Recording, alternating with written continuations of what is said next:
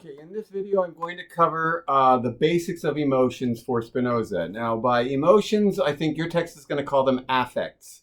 Now, affects you can think of as the product of being in the world in Heideggerian sort of language. That is, it's how we are moving through our environment, understanding and having the world as a part of what we are, right? Now, as long as, and this is, now we're going to just talk about Spinoza, as long as you and I are alive, as long as we are living, we will endeavor or try as hard as we can to hold on to our being what we are. Now, if what we are is our affects or our emotions, then our emotions will have incredible power. We will try to hold on to them. We will try to maintain a sense of control. Now, by that, what I should say more, a sense of maintenance, a sense of holding steady our emotional state of being, or our Befindlichkeit, to use Heideggerian terms.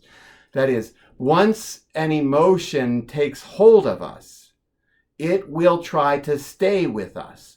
And in fact, anytime anything takes hold of us, it will try to stay. You are whatever it is that is grabbing a hold of you at any given moment, and it will try to hold on as long as it can. This Spinoza calls endeavor. An endeavor is the basis on which desire is built. So your desire, for instance, say for ice cream or for cinnamon rolls, your desire to be loved by that beautiful other person, male or female over there, your desire to get to school on time, to get to work on time, any desire that you have, any want or will, desire, is based on some kind of affect or emotion that has grabbed a hold of you and is trying to stay in hold of you. Now, this isn't chosen. Most of us, not most of us, all of us, the emotions or the affects come over us. And when they come over you, they will try to stay there. They don't want to go away. This is called endeavor. And endeavor is the essence of mankind for Spinoza. What makes you, you, and me, is the sort of endeavor that is holding on to you and trying to stay. And you will get billions or millions or hundreds of thousands or thousands, I don't know how many, it's super complex. All kinds of conflicting endeavors are constantly coming at you and holding on. And that mix is you. You are the mix of all of these desires that grab a hold in one place and they sort of congeal. They hang together, and that's what makes you you. You are that particular mix of endeavor. And that endeavor will try to hold together for as long as it can. Therefore, when one particular endeavor gets really heavily weighted by, say, anger, right, then that anger doesn't want to go away very easily. It will endeavor, it will try to stay there for as long as it can. And it will color your being in the world absolutely as much as it can. It will dominate. And suddenly all you do is see red, right? Or all you do, like for instance, if you fall in love, and love clings stubbornly to you, and it is you, then you will just love. Everything is happy, right? And it's hard to get you in a bad mood then, because the love wants to stay, right? So the endeavor, and this is proposition 7 of part 3, the endeavor by which each thing endeavors to persevere in its being is nothing other than the actual essence of the thing. You are nothing more nor less than the effort or attempt to stay what you are. That's all we want to do, is remain. So when you have a mood, that mood will want to hold on to you. It doesn't want to give up. And since you don't know where your moods come from, as Heidegger says, they sort of assail us, then they're coming from them, and they will hold on to you. They don't want to let you go. That's why it's so tempting to stay with them. That's why it's so easy to give in to curiosity and idle talk and ambiguity, because it's tranquilizing, because it's tempting, because of endeavor. It tries to hold on, as Spinoza would say, right? Now, appetite, this is from proposition 9, the scholium. Appetite, that's just when you have an appetite, say, for ice cream, or an appetite for love, or an appetite for revenge, right? You just have this yearning, this craving, this desire for, is nothing other than the very essence of man. If you ever stopped wanting, craving, now this is a basic Buddhist concept as well, right? That at the essence of human suffering is craving or desire. This is what we are. We're like little pockets of being in the world wanting. Why do we want? It holds on to us. It clings. It becomes our essence. So appetite is nothing other than the very essence of man, from the nature of which there necessarily follows those things that contribute to his preservation, and so man is determined to do those things. So you want the things that you think are going to help you maintain and preserve yourself, right? Now, desire is simply appetite along with the consciousness of that appetite. So it's appetite when maybe it's operating under the level of your understanding or knowing why. You just have a craving, but you're not sure what for.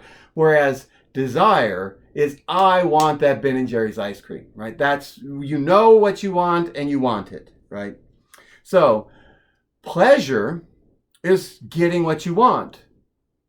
And therefore, Spinoza will define pleasure as the movement from a lesser state of being to a greater state of being. And by endeavor, what that means is you're moving from a more, I don't know, like precarious or shaky footing to a more solid footing, to one where you feel like, yeah, I'm in control, versus I'm a little bit threatened, right? So he's going to use the words perfection for this. And by perfection, all he means is completeness. So when we move from what we perceive to be a lesser state of completion to a greater state of completion, what that means is you have become more perfect in Spinoza's terms.